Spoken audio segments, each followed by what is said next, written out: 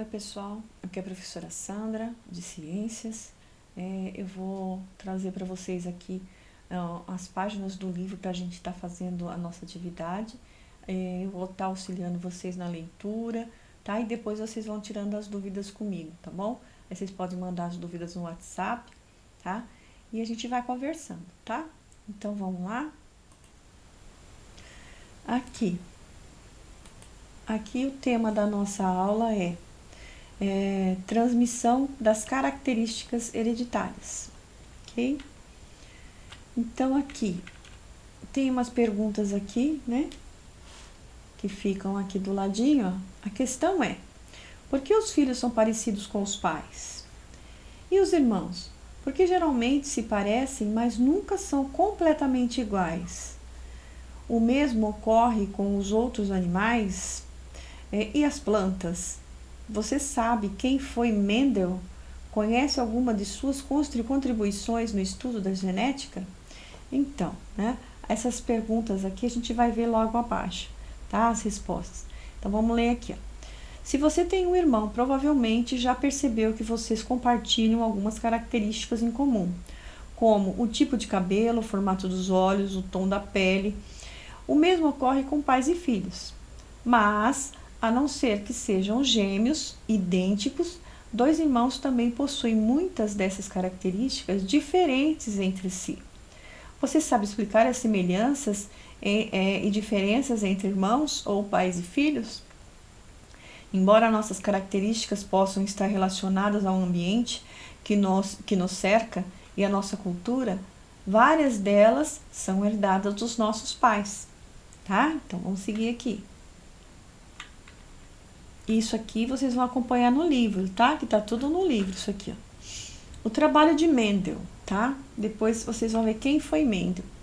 Devido aos avanços científicos na área da genética, compreendemos que há algum tempo que os genes são responsáveis pelas características hereditárias, ou seja, aquelas transmitidas de pais para filhos.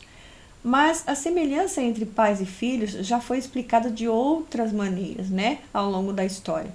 Até meados do século XVIII, alguns cientistas acreditavam na teoria da pré-formação, tá? Não está tão longe, né? Já está aí. Segundo a qual cada espermatozoide conteria um indivíduo em miniatura, né? Totalmente formado. Para outros cientistas, eram fluidos do corpo, como o sangue, que continham as características transmitidas. Outra ideia presente ao longo da história é a de que os elementos que determinavam as características paternas e maternas se misturavam nos filhos. Essa ideia ficou conhecida como teoria da herança misturada. De acordo com essa teoria, uma vez misturados, esses elementos não se separariam mais. Ideias como essas predominaram por quase todo o século XIX, tá? Então, aproximadamente na mesma época, o monge austríaco Gregor Mendel, né, de 1822 a 1884, realizava pesquisas sobre a hereditariedade, de 1858 a 1866, ano de sua publicação do resultado de suas pesquisas. Ele utilizou como objeto dos seus estudos as ervilhas, né, que tem esse nome científico, Pisum sativum, e seus experimentos foram feitos no jardim de um mosteiro na cidade de Brunn, tá? Na Áustria, na República Tcheca, hoje. Pronuncia-se Bruno, isso, né? Então, aí, vamos seguir aqui. Vamos ver agora como foram as experiências de Mendel e como ele interpretou os resultados obtidos. Finalmente, veremos como os estudos podem ser interpretados com o conhecimento atual. Lembre-se de que na época de Mendel não se conhecia os genes, cromossomos e outros conceitos que hoje nos permitem compreender melhor as leis da hereditariedade. Então, essa aqui é a imagem de Mendel, tá? Esse aqui é o mosteiro, atualmente, tá? Onde ele fez as suas pesquisas, onde ele cresceu praticamente, porque ele foi lá para estudar e se formou, tá? E aí ele desenvolveu a experiência dele nesse mosteiro, ok? Então aqui fala, um mosteiro onde Mendel conduziu pesquisas sobre as leis da hereditariedade e que hoje é um museu. Por suas investigações, Mendel recebeu o título de pai da genética. Aqui, no detalhe, o retrato dele e o mosteiro, como eu já tinha falado. Agora vamos seguir aqui os experimentos de Mendel. Para realizar seus experimentos, Mendel escolheu as ervilhas da espécie Pisum sativum para obter cruzamentos. Essa planta apresenta uma série de características que facilitaram os estudos de Mendel, fora que era abundante na época, né? E fácil de cultivar, produzir muitas sementes e, consequentemente, um grande número de descendentes. Em muitos experimentos de ciências, é importante usar amostras grandes. Isso permite uma avaliação melhor dos resultados, porque facilita a identificação dos padrões. Veremos agora como os padrões encontrados por Mendel permitiram no início do século o estudo da genética. Além disso, as plantas de ervilha apresentam partes masculinas e femininas no mesmo pé.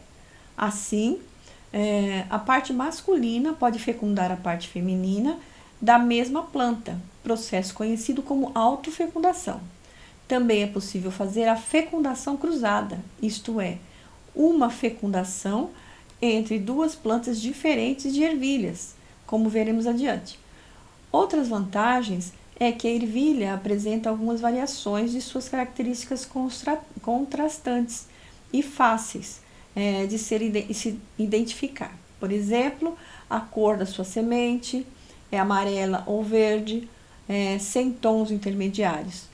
A forma da semente é lisa ou rugosa, tá? Então, vamos seguir aqui na imagem, ó. Aqui, ele trabalhou toda a planta, tá? Todas as partes dela. Na forma de semente, a parte lisa, a ervilha lisa e a ervilha rugosa. Na cor da semente, a semente amarela, a semente verde.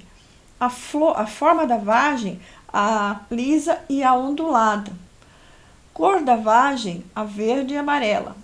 A cor da flor, a púrpura e a branca. A posição da flor, axial, que é aqui na ponta, né? Uma só. Terminal, na ponta do caule, aqui, ó. Tá?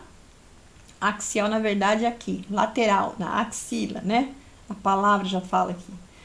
Tamanho da planta também ele trabalhou. A alta, que tem cerca de 2 metros, e a baixa, menos de meio metro, tá?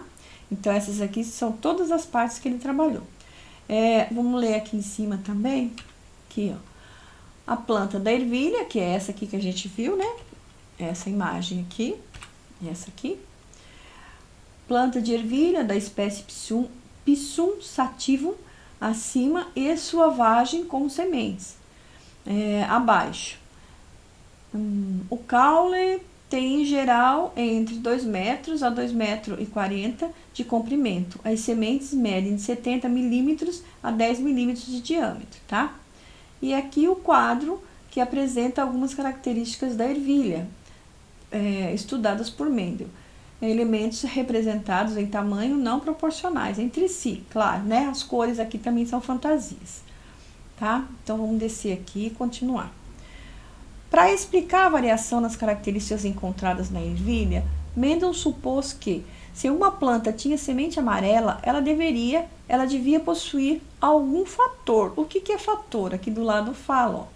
Hoje sabemos que a cor da ervilha é determinada por um gene, mas na época de Mendel não se sabia disso. Gene é fator, tá? Teria um fator determinado, né? Responsável por essa cor. O mesmo ocorreria com a planta de semente verde, que teria um fator determinado, determinando essa coloração, tá? Então, vamos acompanhar aqui. Uma representação simplificada do experimento de Mendel, ao cruzar plantas de sementes amarelas com plantas de sementes verdes. chamada geração parental ou P. Ele obteve na primeira geração filial, chamada geração F1, apenas plantas que produziam sementes amarelas. O que teria acontecido com o fator para a cor verde? Então, aí nesse caso, Mendel ficou intrigado, né? Aqui fala, vamos ler aqui. Você estudou como ocorre a reprodução das plantas no 8º ano, tá? Então, vamos ler aqui, vamos continuar aqui. Aqui é a geração P, tá? Sementes amarelas e sementes verdes. Isso é parental. Então, o que ele fez? Ele pegou sementes amarelas e sementes verdes e fez a fecundação cruzada. Aí, nessa geração, nasceu a geração F1. 100% de sementes amarelas. São puras, tá? Então, ele não se contentou, porque cadê a verde? A verde não apareceu, então ele foi buscar, né? Aí, ele fez a autofecundação, né? Aqui apareceu a verde, e aqui ele chamou de F2. Nesse daqui, ele já percebeu que 75% das sementes eram amarelas e 25% das sementes eram verdes. Então, ele concluiu que a amarela era dominante, porque ela apareceu na primeira geração aqui, tá? Então, ela é que era dominante. E a verde seria recessiva, tá? Então, vamos lá. Descemos um pouquinho. Opa! Aqui. Descemos um pouquinho aqui. A resposta veio com a geração F2. Isso é, a segunda geração filial resultante do cruzamento de uma planta de geração F1 com ela mesma, por autofecundação, né? A cor verde, em F2, a cor verde reapareceu em cerca de 25% das sementes obtidas. Assim, Mendel concluiu que o fator para a cor verde não tinha sido destruído. Ele apenas não se manifestou na presença do fator para a cor amarela. Com base nisso, ele considerou dominante a característica de ervilha amarela e recessiva a característica verde, ervilha verde, tá? Que eu já tinha falado ali. Então, a conclusão de Mendel. Segundo os mesmos princípios desse experimento, Mendel realizou novos cruzamentos para testar suas características de ervilha, com a forma da semente ou a forma da vagem, tá? Manifestava-se de modo semelhante. Em todos os casos estudados, os resultados eram semelhantes ao que ele tinha observado para as características cor da ervilha. A geração F1 tinha características dominantes e a geração F2 apresentava uma proporção média de 3 dominantes e uma recessiva. Isso é, havia, por exemplo, uma quantidade 3 vezes maior de ervilha amarela do que ervilha verde, tá? Então, aqui, considerando esse padrão encontrado, Mendel chegou a algumas conclusões para explicar seus resultados. Cada organismo possui um par de fatores responsável pelo aparecimento de determinada característica. Esses fatores são recebidos dos indivíduos de geração parental, pai e mãe. Cada um contribui com apenas um fator de cada par. Quando um organismo tem 2 fatores, é possível que uma das características se manifeste dominante sobre a outra, que não aparece, seria recessiva. Essas conclusões foram reunidas em uma lei que ficou conhecida como primeira lei de Mendel, ou lei de segregação de um par de fatores. Costumo enunciá-lo assim: cada caráter é condicionado por um par de fatores que se separam na formação dos gametas, nos quais ocorrem em dose dupla. Essa lei não se aplica a todos os tipos de herança, isto é, ela é válida apenas dentro de certos limites e para determinadas características, ok? Então, aqui depois a gente vai ver essa parte aqui, a técnica que Mendel usou para fazer o experimento dele, tá? Então, por enquanto, a aula é essa. Vocês vão acompanhando o livro de vocês para fazer atividade. A questão é leitura, apenas para entender, tá? E façam a atividade direitinho. Quem pegou impresso, grampia, tá? Junto com o impresso, a atividade pronta. Coloca o nome, não deixe de colocar o nome, o último nome, o primeiro e o último, para enviar para a escola. Só que antes disso, coloca no AVA, tá? Então é isso. Por enquanto, a atividade é essa. Vocês vão fazendo e vão se cuidando, tá? Continue usando a máscara, usando o álcool em gel, se protegendo e protegendo o outro, tá? Então é isso. Até mais, até a próxima atividade. Tchau.